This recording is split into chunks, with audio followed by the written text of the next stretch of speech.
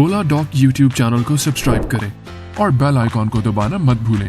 अब पाकिस्तान के हजारों डॉक्टर से वीडियो कंसल्टेशन के जरिए इलाज करवाएं। तो अभी ओला डॉक ऐप डाउनलोड करें और घर बैठे अपनी सेहत का ख्याल रखें।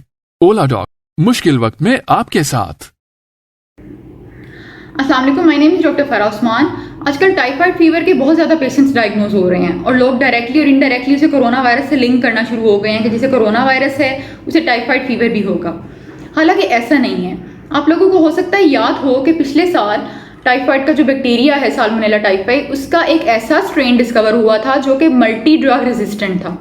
मल्टी ड्रग रेजिस्टेंट का मतलब ये है कि बहुत सारी ऐसी दवाइयाँ जो कि हम पहले टाइफाइड में इस्तेमाल कर लिया करते थे वो अब उसके अगेंस्ट इफेक्टिव नहीं रही थी और चंद एक दवाइयाँ, सिर्फ एक या दो ऐसी दवाई रह गई थी जो कि उस स्ट्रेन के अगेंस्ट इफेक्टिव थी और वो हम इस्तेमाल कर रहे थे। उस वक्त कोरोना वायरस नहीं था और सिर्फ ये टाइफाइड था। अभी कोरोना वायरस भी आ गया है लेकिन टाइफाइड का वो स्ट्रेन भी वैसे का वैसे ही मौजूद है और वो अपनी स्पीड से ही बीमारी फैला रहा है। उसके अगेंस्ट कुछ सूबों में बच्चों में वैक्सीनेशन कैंपेन्स भी चली थी लेकिन वो स्ट्रेन अभी पूरी तरह से ख़त्म नहीं हुआ है और उसने अपनी स्पीड से ही वो बीमारी फैला रहा है। इसी वजह से आपको बहुत ज़्यादा पेशेंट्स टाइफाइड के भी देखने को मिल रहे हैं। इसका डायरेक्टली कोई लिंक हमें कोरोना वायरस से होने की कोई एविडेंस नहीं मिली। टाइफाइड की जो बीमारी है ये उन इलाकों में बहुत ज़्यादा फैलती है जहाँ पे बाहर खाना खाने का रुझान बहुत ज़्यादा होता है, जैसे शहरी इलाके हैं, रेस्टोरेंट से, वेंडर्स से या फूड डिलीवरीज के ज़रिए जो खाना बाहर से लोग खाते हैं उनमें ये बीमारी ज़्यादा फैलती है। इसके अलावा उन इलाकों में जहाँ पे साफ़ पानी दस्तयाब नहीं है और लोग पानी उबाल के इस्तेमाल नहीं करते, उन लोगों में ये बीमारी तेज़ी से फैलती है। इसके अलावा वो लोग जो कि हाइजीनिक प्रैक्टिसेस नहीं करते, खाना खाने से पहले अच्छी तरह से हाथ नहीं धोते या फिर वॉशरूम इस्तेमाल करने के बाद अच्छी तरह से हाथ नहीं धोते, उन लोगों में ये बीमारी ज़्यादा फैल सकती है। कुछ लोग इसके क्रॉनिक कैरियर्स भी होते हैं, मतलब उनमें खुद तो इसकी कोई अलामात नहीं होती लेकिन वो दूसरों तक मुंतकिल कर सकते हैं।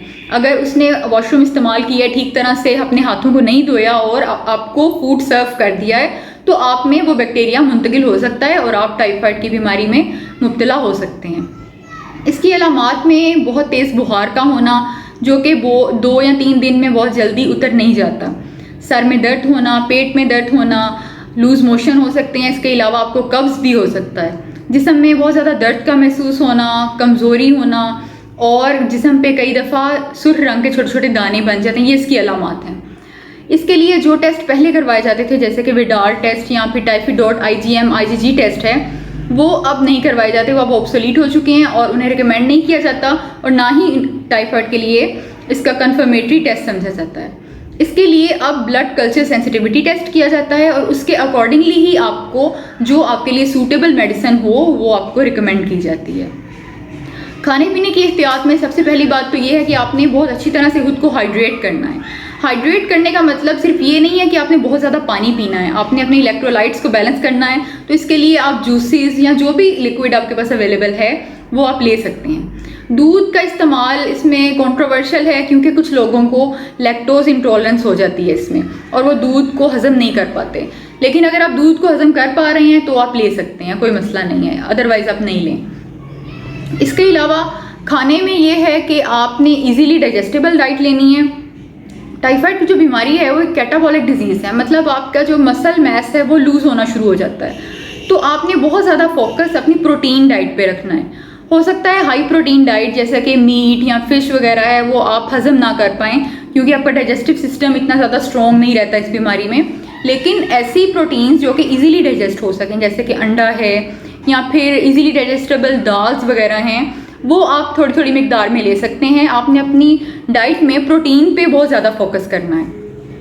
ये तो चंद चीज़ें तब हैं कि अगर आपको ये बीमारी हो जाती है तो आपने इससे कैसे रिकवर करना है, लेकिन सबसे पहले आपने खुद को इस बीमारी से बचाना है।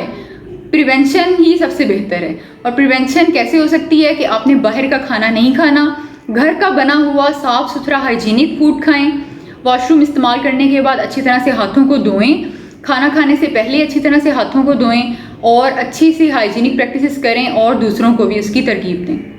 थैंक यू, अल्लाह हाफिज। पाकिस्तान के टॉप डॉक्टर्स के साथ अपॉइंटमेंट बुक करें, वो भी पेशेंट फीडबैक देखते हुए। लाखों लोगों की तरह पाकिस्तान के सबसे बड़े डॉक्टर नेटवर्क का फायदा उठाएं। और आज ही ओला डॉक ऐप डाउनलोड करें। ओला डॉक, डॉक्टर का अपॉइंटमेंट आसानी से।